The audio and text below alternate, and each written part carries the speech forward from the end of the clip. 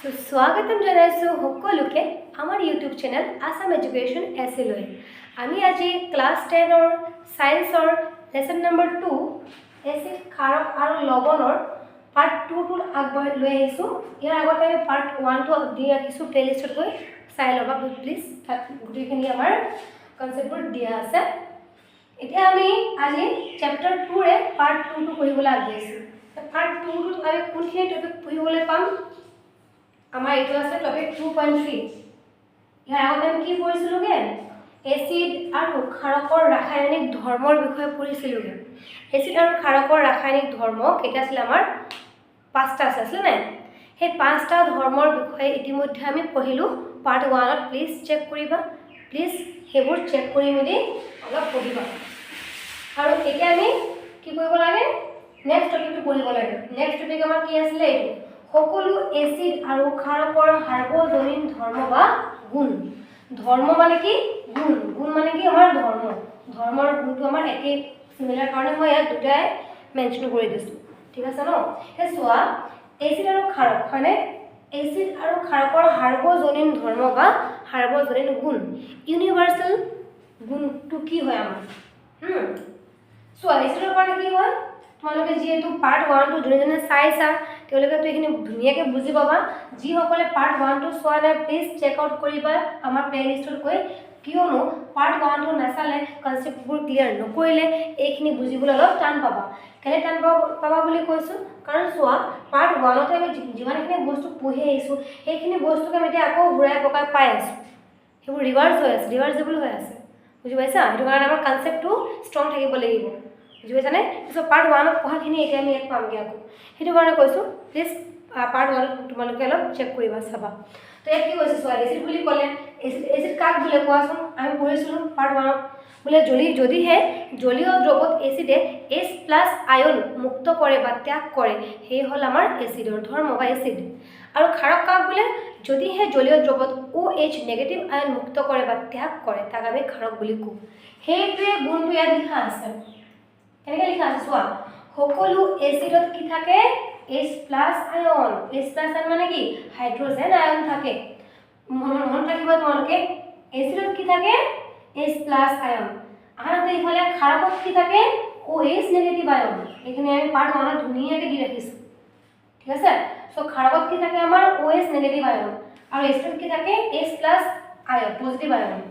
সকলো এসিডত কি থাকে? H+ আয়ন থাকে। সকলো ক্ষাৰকত OH নেগেটিভ আয়ন থাকে। 2 নম্বৰ কি লিখিছো চোৱা, সকলো এসিডে দ্ৰৱত কি আয়ন মুক্ত কৰে? H+ আয়ন মুক্ত কৰে। সেইবাবে এসিডে আম্লিক ধৰ্ম দেখুৱায়। আম্লিক মানে কি হয়? অম্ল। অম্ল মানে কি হয়? এসিডিক ধৰ্ম। আনহাতে ক্ষাৰকে কি কৰে চোৱাচোন, সকলো ক্ষাৰকে দ্ৰৱত OH নেগেটিভ আয়ন মুক্ত কৰে বাবে ক্ষাৰকে ক্ষাৰকীয় ধৰ্ম দেখুৱায়। এই একেটা বস্তুকে আমাৰ ঘূৰি আহি আছে। এসিড কাক বোলে? যদি H+ আয়ন মুক্ত কৰে বা ত্যাগ কৰে তাক এসিড বোলে। আৰু এসিডে কি কৰে? এসিডে H+ আয়ন মুক্ত কৰে। H+ আয়ন মুক্ত কৰে। আৰু সকলো এসিডত কি থাকে? H+ আয়ন থাকে। আৰু সেই কাৰণে এসিডে আম্লিক ধৰ্ম দেখুৱায়। চাইছে নাই? সেম বস্তুবোৰ ৰিভাৰ্সিবল হৈ আছে। ঠিক তেনেকৈ ক্ষাৰকে কি কৰে?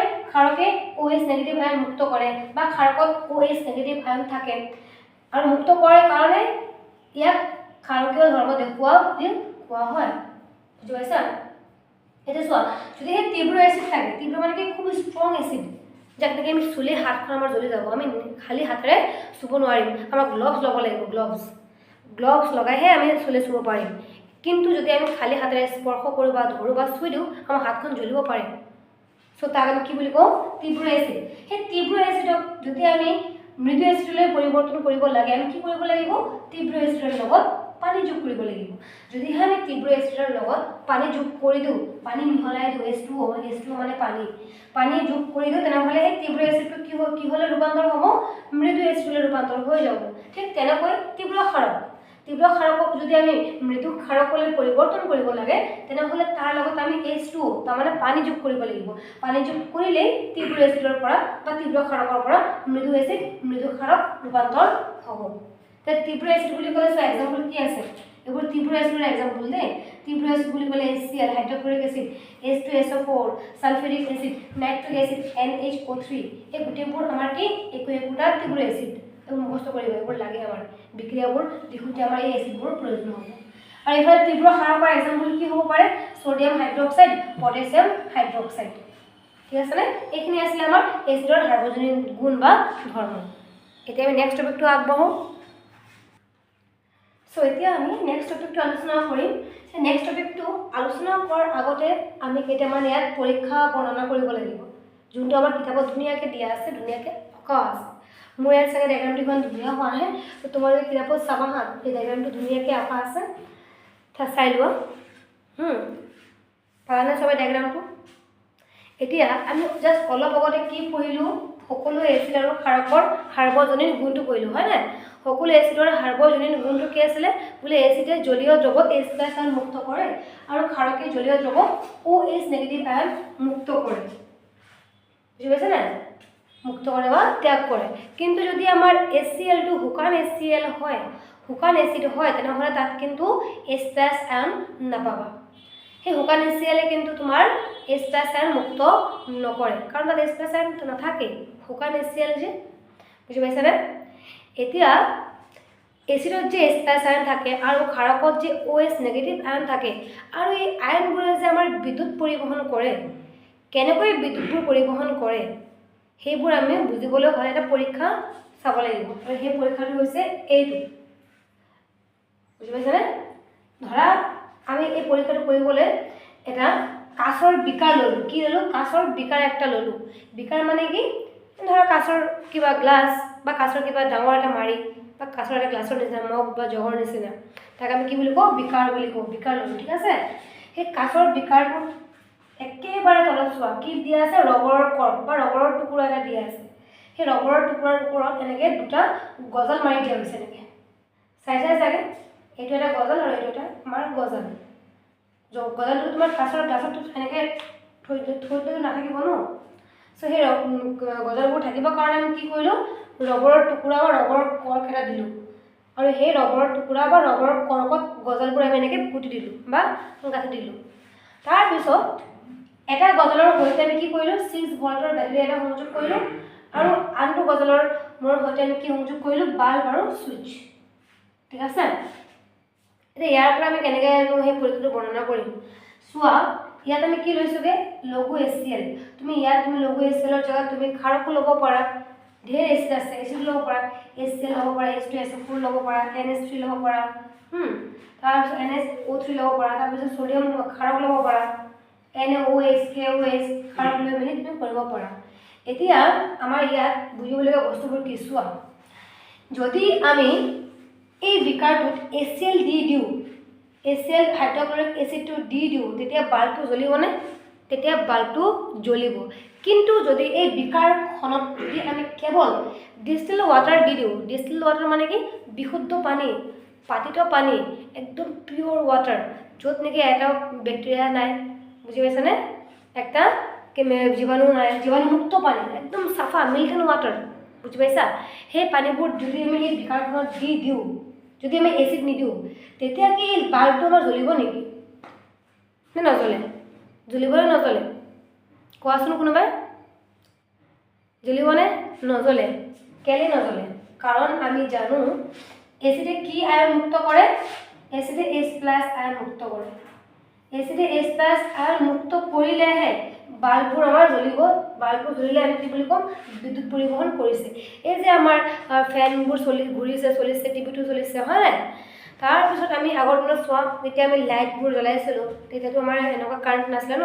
আমি বেটাৰীৰ পৰা কিবা চিপিনিৰে সেই তাৰবোৰ সংযোগ কৰি বেটাৰীখনত সংযোগ কৰি আমি কি কৰিছিলোঁ? টিভি, ফেন, লাইটবোৰ চলাইছিলোঁ, হয় নাই? আৰু সেই বেটাৰীখনত আমি কি দিছিলোঁ? বেটাৰীটো এচিডটো দিয়েই তাত থাকেই, হয় নাই? আৰু এচিডৰ লগত চাবা পানী যোগ কৰা হয় নাই? সেই বেটাৰীটোৰ ভিতৰত থকা এচিডৰ লগত কেলৈ পানী যোগ কৰা হয়? কাৰণ তীব্ৰ এচিড হৈ থাকে ন। তীব্ৰ এচিডৰ লগত যদি আমি পানী ইউজ কৰোঁ, পানী যোগ কৰোঁ, তেতিয়াহে এচিডে পানীৰ উপস্থিতিত বা পানীৰ লগত মিহলি কি ত্যাগ কৰিব? H+ আয়ন ত্যাগ কৰিব বা মুক্ত কৰিব। আৰু H+ আয়ন ত্যাগ বা মুক্ত কৰিলেহে আমাৰ বাল্বখন জ্বলি উঠিব। ঠিক আছে। এতিয়া তুমি যদি ইয়াত বিশুদ্ধ পানী দিয়া, ডিষ্টিল ৱাটাৰ দিয়া, একদম পাতিত পানী, বিশুদ্ধ পানী, য'ত নেকি এটা কেমিকেল নাই, বেক্টেৰিয়া নাই, বীজাণু নাই, চ' তেনেকুৱা পানীত কিন্তু তোমাৰ H+ আয়ন নাথাকে মুক্ত। আৰু কি হ'ব তাত H+ আয়ন নাথাকেই মানে। যদি H+ আয়ন নাথাকে তেনেহ'লে আমাৰ বাল্বটো নজ্বলিবগৈ। বুজি পাইছা? বাল্বটো জ্বলিব হ'লে কি লাগিব? আমাৰ এচিডৰ লগত পানী লাগিব, কাৰণ এচিডে কি কৰে? পানীৰ উপস্থিতিতহে H+ আয়নটো মুক্ত কৰে, আৰু H+ আয়নটো মুক্ত কৰিলে আমাৰ বাল্বটো বা লাইটখন জ্বলি উঠিব। বুজি পাইছা? চ' ইয়াৰ পৰা এইটো আমাৰ প্ৰমাণ হয় যে তুমি ইয়াত এচিডেই দিয়া বা ক্ষাৰকেই দিয়া, যিকোনো এচিড বা ক্ষাৰক দিয়া, এচিড বা ক্ষাৰকে কি কৰিব? আমাৰ বিদ্যুৎ পৰিবহণ কৰিব, আৰু বিদ্যুৎ পৰিবহণ কৰিলে আমাৰ ফেনখন ঘূৰিব, লাইটখন জ্বলিব, টিভিখন চলিব। বুজি পাইছা? আৰু কেতিয়া সেইবোৰে ক্ষাৰক বা এচিডবোৰে তোমাৰ এই আয়নবোৰ মুক্ত কৰিব? পানীৰ উপস্থিতিত। পানী লাগিব। তোমালোকে চাইছা নাই আগৰ দিনৰ মানুহবোৰে এই ইমান ডাঙৰ ডাঙৰ বেটাৰীবোৰ আনিছিলে, তাত এচিডবোৰ সোমাই তাত অলপ পানী যোগ কৰিছিলেগৈ, যোগ কৰি মেলি দুটা চেপিনিৰে এটা তাৰ প্লাছ মাইনাছবোৰ সংযোগ কৰিছিলে, সংযোগ কৰি মেলি সেই কাৰেণ্টবোৰ চলাইছিলে, হয় নাই? কাৰেণ্টৰ পৰা তেখেতে চলাইছিলেগৈ। ঠিক তেনেকৈ এচিডৰ লগত পানী যোগ কৰিব হ'লেহে আমি লাইটটো বা ফেনটো চলাব পাৰিম। লাইট বা ফেন চলিলেহে আমি কি ক'ম? বিদ্যুৎ পৰিবহণ হৈছে বুলি ক'ম। কিন্তু গ্লুক'জ চিনি পোৱা নে? গ্লুক'জ বা এলকহল, যোনবোৰ যৌগ আছে, গ্লুক'জ বা এলকহলৰ দৰে কিছুমান যৌগ আছে যোনবোৰে নেকি পানীত H+ আয়ন মুক্ত নকৰে। গ্লুক'জ বা এলকহলত তোমাৰ গ্লুক'জ বুলি ক'লে C6H12O6, আৰু এলকহল বুলি ক'লে তোমাৰ ঢেৰ হ'ব পাৰে, CH2OH। এলকহলৰ সংকেত ঢেৰ আছে দেই, ইমান আছে, আমি কৈ শেষ কৰিব নোৱাৰি। তাত কিন্তু H আছে। H থাকিলেও H+ আয়ন মুক্ত নকৰে। এলকহল আৰু গ্লুক'জৰ দৰে কিছুমান যৌগ আছে যোনবোৰে নেকি কি নকৰে? H+ আয়ন মুক্ত নকৰে, আৰু H+ আয়ন মুক্ত নকৰে কাৰণে সিহঁতে এচিডৰ ধৰ্ম বা এচিডৰ গুণ নেদেখুৱায়। এক্সামত এই কুৱেশ্যনটো খুব আহে দেই, তোমালোকে চাবা প্ৰশ্নাৱলীত এই কুৱেশ্যনবোৰ আছে, আৰু সেই কুৱেশ্যনৰ উত্তৰবোৰ দিব হ'লে তোমালোকে এই পৰীক্ষাটো ভালকৈ বুজিব লাগিব, আৰু যোনবোৰ কথা মই কৈছোঁ সেইবোৰ মনোযোগেৰে শুনিব লাগিব। কি বুলি কৈছোঁ? যে এচিডে পানীৰ অনুপস্থিতিত কেতিয়াও H+ আয়ন মুক্ত কৰিব নোৱাৰে। এতিয়া চোৱা, আমি যদি কাৰোবাৰ লগত কাজিয়া লাগোঁ, অকলে থৰি না কাজিয়া লাগিব পাৰিম? ওচৰত কোনোবা থাকিব লাগিব না, তেতিয়াহে আমি অলপ কাজিয়া লাগিব পাৰিম, কাজিয়া লাগি ভাল লাগিব। অকলে আমি কিমাননো বকি থাকিম? নে অকলে নিজৰ লগত নিজে কাজিয়া লাগিম নেকি? নালাগো নহয়। ওচৰত কোনোবা থাকিব লাগিব, এনেকৈ আমনে সাमने। कोई तो रहना पड़ेगा ना, तब जगह हम उसको दुश्मन कर सकते हैं, अकेले तो नहीं लग सकते हैं ना। तो কোনোবা থাকিব লাগিব আমাৰ ওচৰত। অকলেতো কাজিয়া লাগিব, বেয়া লাগিব, বৰিং লাগিব। চ' এচিডেও ঠিক তেনেদৰে অকলে কিন্তু H+ আয়ন মুক্ত কৰিব নোৱাৰে, কাৰণ কোনোবা লাগিব তাৰ লগত হেল্পাৰ। সেনেকৈ পানী লাগিব। পানী থাকিলেহে এচিডে পানীৰ লগত বিক্ৰিয়া কৰি লগ লাগি H+ আয়নটো মুক্ত কৰিব, আৰু H+ আয়নটো মুক্ত কৰিলে, ৰিলিজ কৰিলে, ত্যাগ কৰিলে, মুক্ত মানে কি? ৰিলিজ কৰা, ত্যাগ কৰা, এৰি দিলে বা ত্যাগ কৰিলেহে আমাৰ কি হ'ব? বিদ্যুৎ পৰিবহণ হ'ব। পৰিবহণ মানে কি? ট্ৰান্সফাৰ হ'ব, আৰু বিদ্যুৎ ট্ৰান্সফাৰ হ'লেহে আমাৰ লাইট জ্বলিব, এই বাল্বটো জ্বলিব, ফেনটো চলিব, ঘূৰিব, টিভিটো চলিব। ভুল হৈছে নেকি? বিদ্যুৎ পৰিবহণ হ'লেহে ফেনখন ঘূৰিব, লাইটখন জ্বলিব, টিভিখন চলিব। য়েছ। আৰু কেতিয়া চলিব? এচিড আৰু পানীৰ উপস্থিতি দুয়োটাই লাগিব, অকলে কিন্তু নোৱাৰে। অকলে কোনো কাজিয়া লাগিব নোৱাৰে, না। চ' তোমালোকে বুজি পাইছা ন, যে এচিডে পানীৰ অনুপস্থিতিত কেতিয়াও বিদ্যুৎ পৰিবহণ কৰিব নোৱাৰে। কিন্তু গ্লুক'জ আৰু এলকহলৰ দৰে যৌগ আছে কিছুমান যোনবোৰে নেকি আমাৰ এই কথাষাৰত অলপ ব্যতিক্ৰম আনিলে, মানে ডিষ্টাৰ্ব কৰিলে, অলপ ডিষ্টাৰ্বেঞ্চ দিলে। গ্লুক'জ আৰু এলকহলত H আছে, হাইড্ৰজেন আছে, তথাপিও কিন্তু সেইবোৰে বিদ্যুৎ পৰিবহণ নকৰে, কাৰণ সিহঁতে H2 থকা সত্ত্বেও কিন্তু সিহঁতে H+ আয়নটো মুক্ত কৰিব নোৱাৰে, ত্যাগ কৰিব নোৱাৰে। কেলৈ নোৱাৰে? কাৰণ সেইটো সিহঁতৰ প্ৰয়োজন হয়, নিড হয়। বহুত গৰীব দুখীয়া সিহঁতে, হয় নাই? সিহঁতৰ লগত বেছি H+ আয়ন নাই, যিমানখিনি আছে সিমানখিনি সিহঁতৰে প্ৰয়োজন হৈ আছে। সেইটো কাৰণে সিহঁতে এই H+ আয়নটো ত্যাগ কৰিব নোৱাৰে, আনক দিব নোৱাৰে। আনক দিব গ'লে নিজেই গৰীব দুখীয়া হৈ যাবগৈ। চ' সিহঁতে মুক্ত কৰিব নোৱাৰে মানে। যদি মুক্ত কৰিব নোৱাৰে তেনেহ'লে সিহঁতে বিদ্যুৎ পৰিবহণ কৰিব নোৱাৰিবগৈ। যদি বিদ্যুৎ পৰিবহণ কৰিব নোৱাৰে তেনেহ'লে সিহঁতে টিভিখন, ফেনখন, লাইটখন চলাব নোৱাৰিবগৈ। বুজি পাইছা? এতিয়া কিন্তু এইবোৰক যদি আমি এচিড বা ক্ষাৰক দিওঁ সেইবোৰে পাৰিব। এতিয়া চোৱা, মই যিমানখিনি বস্তু বুজালোঁ, যিমানখিনি কথা বুজালোঁ, তাৰ পৰাই এক্সামত কুৱেশ্যন আহে। আৰু ল'ৰা ছোৱালীবোৰে গোটেইখিনি কিতাপ খুচৰি ফুৰে, ক'ৰ পৰা কুৱেশ্যনটো দিলে, ইউটিউবৰ পৰা মাজৰ পৰা যে কুৱেশ্যনবোৰ দিয়ে, টপিক্সৰ পৰা যে দিয়ে, তাৰ পৰা এনেকুৱা পৰীক্ষাৰ পৰা সেই কুৱেশ্যনবোৰ দিয়ে। চ' সেইখিনি বুজিব হ'লে ভালকৈ লেচনবোৰ অলপ পঢ়িব লাগিব মন দি মেলি। তো মই যিমানখিনি পঢ়িলোঁ তাৰ পৰাই চোৱা দুটামান কুৱেশ্যন এক্সামত আহে বা আহিছিলেগৈ, প্ৰত্যেকবাৰটো নাহেগৈ। তোমাৰ 2026 কিবা 24 আহি গ'ল, তাৰপৰা তোমাৰ 19 আহিলে, 17 আহিলে। চ' তোমালোকৰ মেবি অহাৰ চান্সেছ থাকে ইয়াৰ পৰা কুৱেশ্যনটো। তো চোৱা সেই দুটা কুৱেশ্যন কি হ'ব পাৰে। ফাৰ্ষ্ট কুৱেশ্যন, এচিডৰ জলীয় দ্ৰৱই বিদ্যুৎ পৰিবহণ কৰিব পাৰেনে? পাৰেনে নোৱাৰে? মই অলপ আগতে বুজাই আহিলোঁ। এচিডৰ জলীয় দ্ৰৱই, যদি এচিডটো জলীয় মানে কি জল মানে কি পানী, যদি পানীত আমি মিক্স কৰি দিওঁ এচিডটো, তেনেহ'লে সেই এচিডে কি তোমাৰ বিদ্যুৎ পৰিবহণ কৰিব পাৰিব? ফেনখন ঘূৰাব পাৰিব, লাইটখন জ্বলাব পাৰিব, টিভিখন চলাব পাৰিব নেকি? বিদ্যুৎ ট্ৰান্সফাৰ হ'লেহে এইবোৰ প্ৰতিক্ৰিয়া হ'ব, হয় না? পাৰিবই নোৱাৰিব? য়েছ অৰ নো? মাত্ৰ বুজাই আহিলোঁ। পাৰিব। কেলে পাৰিব চোৱা, পাৰে কাৰণ নে ইয়াৰ পৰা আনচাৰটো চাই কৈছা লিখাছা কাৰণে নে বুজি মেলি কৈছা? বুজি ক'বা দেই।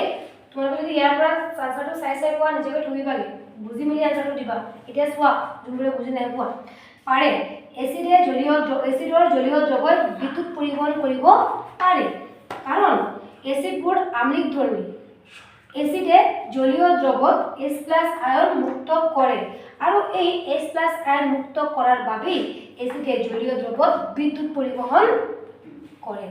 বুজি পাইছা নহয়? আমাৰ এচিডৰ ধৰ্মটো কি আছিলে? এচিডৰ সাৰ্বজনীন গুণটো কি আছিলে?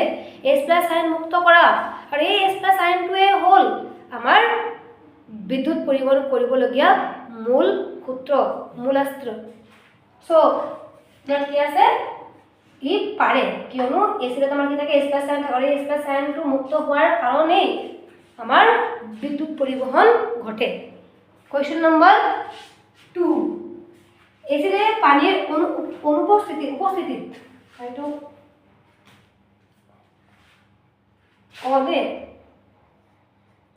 এচিডে পানীৰ অনুপস্থিতিত এচিডৰ ধৰ্ম নেদেখুৱায়। কিয় নেদেখুৱায়? কিয় পানী নহ'লে কিয় এচিডৰ ধৰ্ম দেখুৱাব নোৱাৰে? সেই মই যে কৈছিলোঁ অকলে আমি কাজিয়া কৰিব পাৰিম জানো? নোৱাৰিম নহয়, কোনোবাতো লাগিব ন। চ' এচিডৰ লগত কোন লাগিব? পানী লাগিব। তেতিয়াহে এচিডে H+ আয়ন মুক্ত কৰিব, আৰু H+ আয়ন মুক্ত কৰিলেহে বিদ্যুৎ পৰিবহণ হ'ব, আদাৰৱাইজ নিহোগা।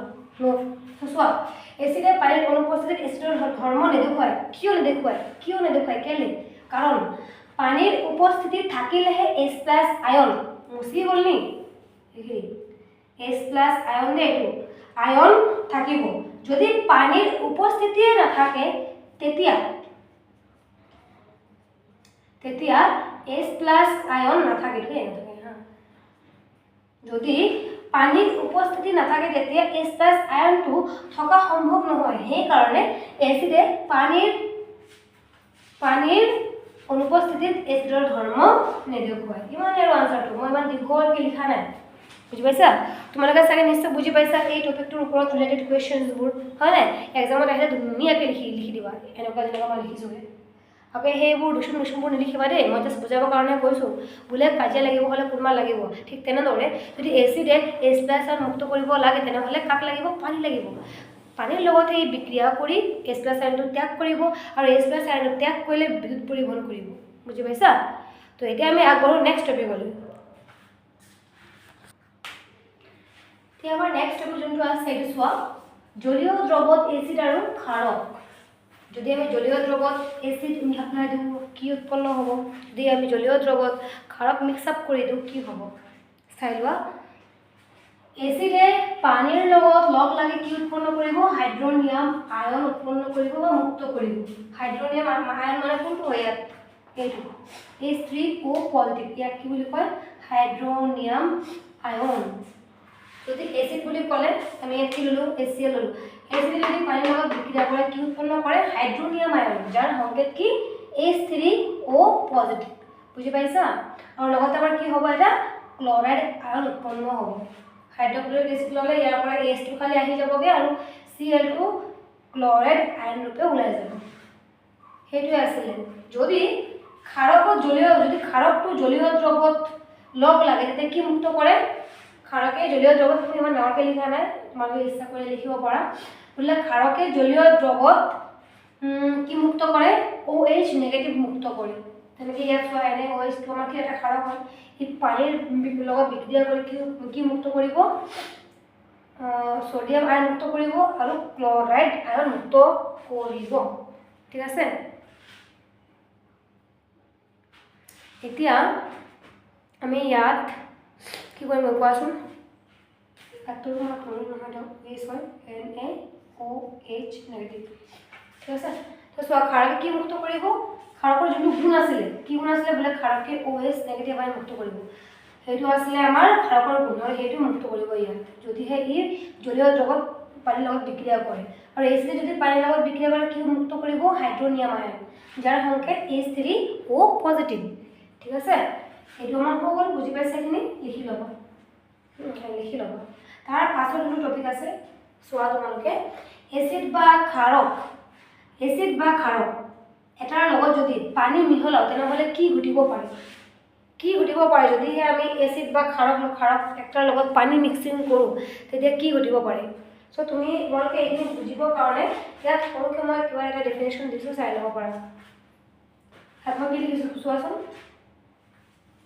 এচিড বা ক্ষাৰক পানীৰ সৈতে মিহলালে প্ৰতি একক আয়তনত কি উৎপন্ন হয় হাইড্ৰনিয়াম আয়ন বা হাইড্ৰক্সাইড আয়নৰ গাঢ়তা হ্ৰাস পায় তে হাইড্ৰনিয়াম আয়ন বুলি ক'লে অলপ আগতে পাই আহিছিলা বোলে এচিডে পানীৰ লগত বিক্ৰিয়া কৰিলে H3O পজিটিভ যাক আমি হাইড্ৰনিয়াম আয়ন বুলি কওঁ H3O পজিটিভ আয়ন মুক্ত কৰে কোনে মুক্ত কৰে এচিডে যদি পানীৰ লগত বিক্ৰিয়া কৰে সেইটো হ'ল আমাৰ কি H3O পজিটিভ হাইড্ৰনিয়াম আয়ন আৰু হাইড্ৰক্সাইড আয়ন কেতিয়া মুক্ত কৰিব যেতিয়া ক্ষাৰকে পানীৰ লগত বিক্ৰিয়া কৰিব এতিয়া যদিহে এচিড বা ক্ষাৰক পানীৰ সৈতে আমি মিহলাও তেনেহ'লে কি হয় হাইড্ৰনিয়াম আয়ন বা হাইড্ৰক্সাইড আয়নৰ গাঢ়তা হ্ৰাস পায় ইহঁতে তীব্ৰৰ পৰা মৃদু হৈ যায়গৈ এইটো কাৰণে হ্ৰাস পায় বুলি কৈছে আগতে কৈছিলোঁ হয় নাই পঢ়ি আহিছিলোঁ এচিডৰ ধৰ্ম ক্ষাৰকৰ ধৰ্ম যেতিয়া পঢ়িছিলোঁ তাতো মই লিখি দিছিলোঁ যে তীব্ৰ এচিড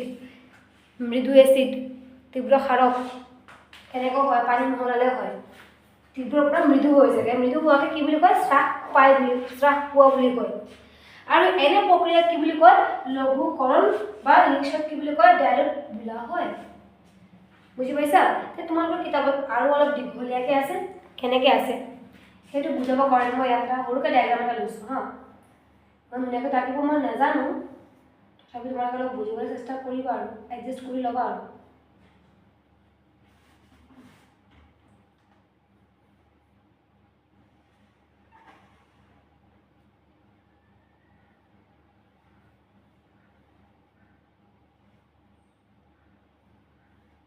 এইবোৰ আমাৰ প্ৰেক্টিকেল লেবত থাকি এইবোৰ আমাৰ কাছৰ মাৰি হয় কাছৰ সৰু সৰু পাইপ নলী হয়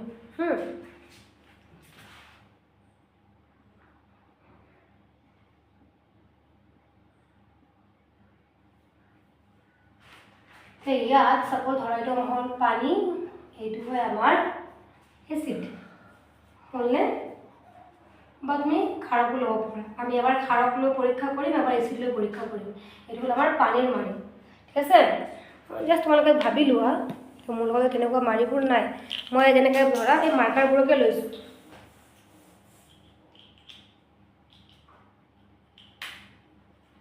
তো চোৱা তোমালোকে ভাবি লোৱা বোলে এই গ্ৰীণটো হ'ল আমাৰ পানীৰ মাৰি আৰু এই অৰেঞ্জটো হ'ল আমাৰ এচিডৰ মাৰি য'ত নেকি আমাৰ এচিডৰ দ্ৰৱ আছে ইয়াত আমাৰ এচিডৰ দ্ৰৱ আছে ইয়াত আমাৰ পানীৰ দ্ৰৱ আছে এতিয়া আমি কি কৰিম কোৱাচোন কোনটো লগত কোনটোক মিহলাম আগতে এইটো হ'ল আমাৰ পানী এইটো হ'ল মোৰ পানী ঠিক আছে এইটো হ'ল মোৰ আগত থকা এইটো হ'ল পানীৰ মাৰিটো ঠিক আছে ইয়াত পানী আছে এই পানীটো আমি ইয়াত থকা এচিডত যোগ কৰিম নেকি পানীটো আমি এনেকৈ এচিডত ঢালিম নে এচিডটো আমি এনেকৈ এটোপাল দুটোপালকৈ পানীত ঢালিম কোনটো ক'ত ঢালিম আগতে কোৱাচোন সেইটো আমাৰ কিতাপখনত ধুনীয়াকৈ বুজোৱা আছে যে ইয়াত এচিড বা ক্ষাৰকৰ সৈতে পানী মিহলাওঁতে এচিড বা ক্ষাৰকৰ সৈতে পানী মিহলোৱাৰ সময়ত সাৱধান হ'বলগীয়া কেইটামান কথা বা সাৱধানতা অৱলম্বন কৰিব লাগে কেলে লাগে কোৱাচোন এতিয়া কিয়নো যদি আমি এচিডত যদি আমি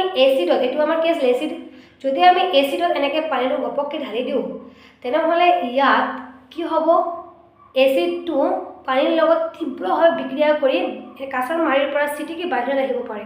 বাহিৰত আহিলে কি হ'ব, ওচৰত থকা মানুহজনৰ নাক মুখ চকুবোৰ ফাটিব পাৰে বা জ্বলিব পাৰে। বুজি পাইছেনে? বিশেষভাৱে এটা দুৰ্ঘটনাও হ'ব পাৰে। কিয় হ'ব পাৰে? কাৰণ এই যে পানীৰ লগত এচিড মিহলোৱা, ক্ষাৰক মিহলোৱা, এই কাৰ্যবোৰ এটা তাপবৰ্জি বিক্ৰিয়াবোৰ এটা তাপবৰ্জি বিক্ৰিয়া। এচিড বা ক্ষাৰকৰ সৈতে পানী মিহলোৱা বিক্ৰিয়াটো এটা তাপবৰ্জি বিক্ৰিয়া। যদি তুমি ইয়াক ভালকৈ নকৰা, ধৰা যদি নিয়ম অনুযায়ী নকৰা, সাৱধানতা অৱলম্বন নকৰা, তেনেহ'লে ইয়াৰ ৰিয়েকশ্যনটো উল্টা কৰিব পাৰে, ওচৰত থকা মানুহজনৰ দুৰ্ঘটনা হ'ব পাৰে। সেইটো কাৰণে এচিডৰ লগত এচিড বা ক্ষাৰকৰ লগত পানী মিহলাতে সদায় সাৱধান হোৱাটো নিতান্তই প্ৰয়োজন। কিয় প্ৰয়োজন চোৱা, মই কি কৈছিলোঁ, এইটো আমাৰ আছিলে পানী, এইটো আছিলে আমাৰ এচিড। যদি আমি এই পানীটো এচিডত দি দিওঁ তেনেহ'লে কি হ'ব, এই বিক্ৰিয়াটো তাপবৰ্জি বিক্ৰিয়া হৈ যাব। এচিডে কি কৰিব, পানীৰ লগত তীব্ৰভাৱে বিক্ৰিয়া কৰি এই কাছৰ মাৰিটো ভাঙিব পাৰে বা এই কাছৰ মাৰিটোৰ পৰা এচিডটো ছিটিকি বাহিৰলৈ আহিব পাৰে। ফলত কি হ'ব, আমাৰ দুৰ্ঘটনা ঘটিব পাৰে, হয়নে? সেইটো কাৰণে কি কৰা হয়, পানী ঘপককৈ এচিডত যোগ কৰা নহয়। ঠিক আছে? এচিডহে এইটো এচিড, এইটো কি এচিড, এইটো কি পানী। ধৰি লোৱা এইটো এচিড, এইটো আমাৰ পানী। সেইটো কাৰণে এচিডহে এটোপাল, দুটোপাল, তিনিটোপাল লাহে লাহেকৈ পানীত যোগ কৰা হয়। এচিডহে পানীত যোগ কৰা হয়, নাকি পানী এচিডত। কোনটো ক'ত যোগ কৰা হয়? এচিড পানীত যোগ কৰা হয়। এটোপাল দুটোপাল দিবা, আকৌ এনেকৈ লৰাই দিবা, মিক্সিং কৰিবা। মিক্স কৰাৰ পিছতে তুমি আকৌ এটোপাল দুটোপাল এচিড দিবা। এনেকৈ নহয় যে এচিডটো ল'লোঁ, পানীটো ল'লোঁ আৰু ডাইৰেক্টলি ঢালি দিলোঁ ঘপককৈ, তেতিয়া উতলি ধাপাককৈ বাহিৰলৈ ওলাই আহিব। বুজি পাইছা? সেইটো কাৰণে লাহে লাহে এটোপাল দুটোপালকৈ ইয়াত এচিডত পানীত কি কৰিব লাগে, এচিডটো দিব লাগে আৰু লৰাই থাকিব লাগে আৰু এনেকৈ মিক্সিং কৰিব লাগে। বুজি পাইছানে? চ' এইটো আছিলে আমাৰ এই টপিকটোৰ আনচাৰবোৰ, যে এচিডত তোমালোকৰ কুৱেশ্যনটো আছে, চাবা প্ৰশ্ন আছে, সেইখিনি বুজি নাপালে প্ৰশ্নবোৰ আনচাৰ দিব নোৱাৰিবা। তাৰপিছত আকৌ পৰীক্ষাত নকল মাৰিব লাগিব তোমালোকক, সেইটো নকৰিবা। এনেকুৱা আছে প্ৰশ্নটো, বোলে এচিড এটা লঘু কৰোঁতে এচিডত পানী যোগ কৰিবলৈ কোৱা নহয়, কিন্তু পানীত এচিড যোগ কৰিবলৈ কোৱা হয়, কিয় কোৱা হয়? সেইখিনি আনচাৰটো চাগে এতিয়া আশা কৰিছোঁ মই তোমালোকে দিবই পাৰিবা ন। ঠিক আছে, এতিয়া আমি নেক্সট টপিকলৈ আগবাঢ়োঁ।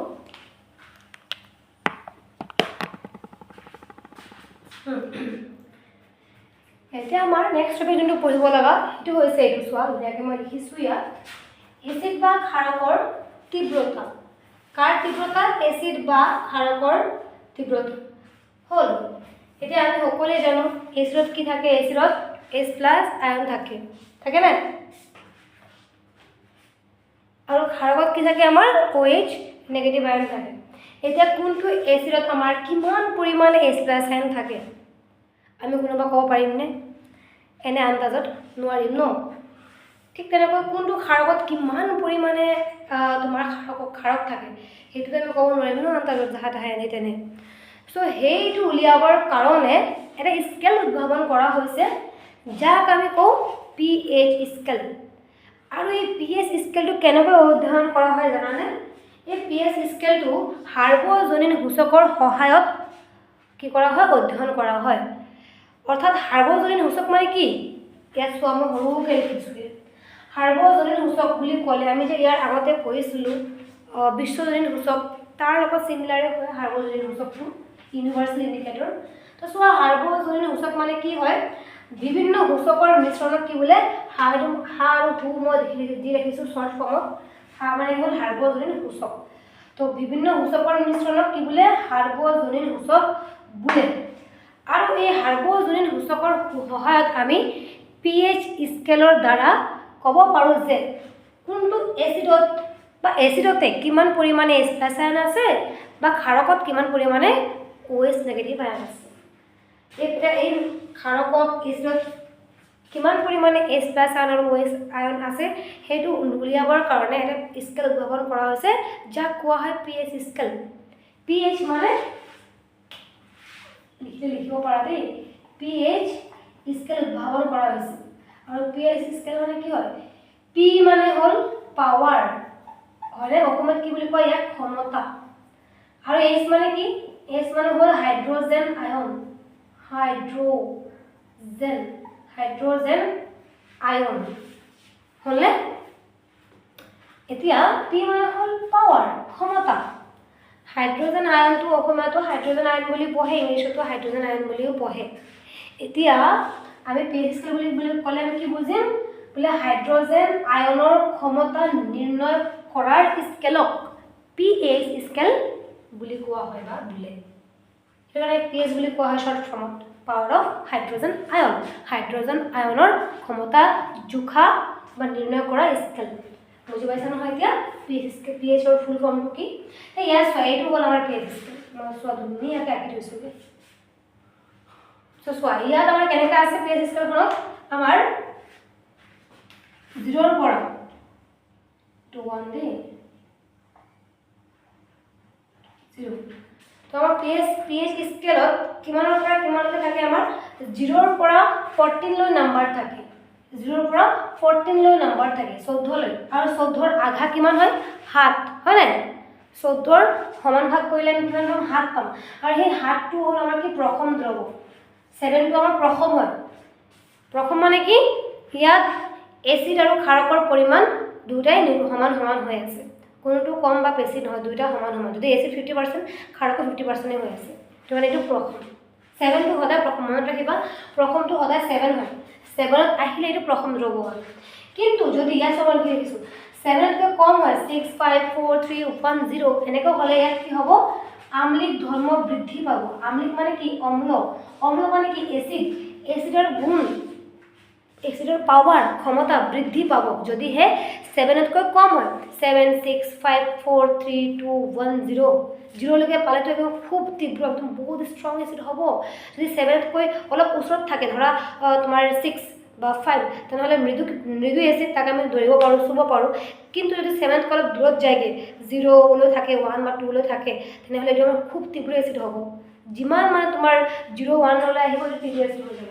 তাৰমানে ইয়াত আম্লিক ধৰ্ম বৃদ্ধি পাব। আৰু যিমান 7তকৈ বেছি হ'ব 7, 8, 9, 10 এইটো তাত আম্লিক ধৰ্ম কমিব, এচিডৰ ধৰ্ম কমিব আৰু কি বাঢ়িব ক্ষাৰকীয় ধৰ্ম বাঢ়িব। ক্ষাৰকৰ ধৰ্মটো কেতিয়া বৃদ্ধি পাব, যেতিয়া 7ৰ পৰা ডাঙৰ হ'ব, 7, 8, 9, 10, 11, 12, 13, 14, তেতিয়া আমাৰ কি হ'ব ক্ষাৰকীয় ধৰ্ম বৃদ্ধি পাব। একেবাৰে 14লৈ তোমাৰ ক্ষাৰকটো কি ক্ষাৰক হ'ব তীব্ৰ ক্ষাৰক, যেনেকৈ ইয়াত 0 বা 1টো থাকিলে আমাৰ তীব্ৰ এচিড বা তীব্ৰ আম্লিক, হয় নাই? তাক আমি চুব নোৱাৰোঁ, স্পৰ্শ কৰিব নোৱাৰোঁ, খালী হাতেৰে গ্লভছ লগাব লাগিব। ঠিক তেনেকৈ 14, 13, 12ত থাকিলে তীব্ৰ ক্ষাৰক, ষ্ট্ৰং বেছ। বুজি পাইছা? যদি তোমাৰ 7ৰ ওচৰত থাকে 7, 8, 9 এইটো আমাৰ কি হ'ব মৃদু বেছ, মৃদু ক্ষাৰক। বুজি পাইছানে? চ' তোমাৰ যদি 7তকৈ একেবাৰে আগত বাঢ়ি যায়, বোলে 0, 1, 2লৈ আহে, সেইটো আমাৰ কি হ'ব H+ আয়নৰ গাঢ়তা বৃদ্ধি পাব। যদি তোমাৰ 7তকৈ ডাঙৰ হৈ যায়, তেতিয়া কি হ'ব H+ আয়নৰ গাঢ়তা কম হ'ব। বুজি পাইছা এই স্কেলটো? তো তোমালোকে মনত ৰাখিবা, খালি ইমানে মনত ৰাখিবা যে তীব্ৰ এচিড কেতিয়া হ'ব, যিমানেই হাততকৈ নাম্বাৰটো সৰু হ'ব সিমানে তীব্ৰ এচিড হ'ব, যিমান হাততকৈ ডাঙৰ হ'ব সেইটো কি হ'ব তীব্ৰ ক্ষাৰক হ'ব। ইমানে আছিলে আমাৰ pH স্কেলৰ তোমাৰ ব্যাখ্যাটো। চাইছানে ইয়াত? ইয়াত অলপ আছে নাই, কাৰ্চিনো ইমান সৰুকৈ দিয়া আছে, যিমান আগবাঢ়ি গৈছে 7, 8, 9, 10 সেই কাৰ্চিনবোৰ লাহে লাহে দীঘল হৈ গৈ আছে। আৰু চব একেবাৰে 14ত গৈ একেবাৰে দীঘল, তাৰমানে এইটো এই 14ত আমাৰ কি হ'ব তীব্ৰ বেছ, তীব্ৰ ক্ষাৰক।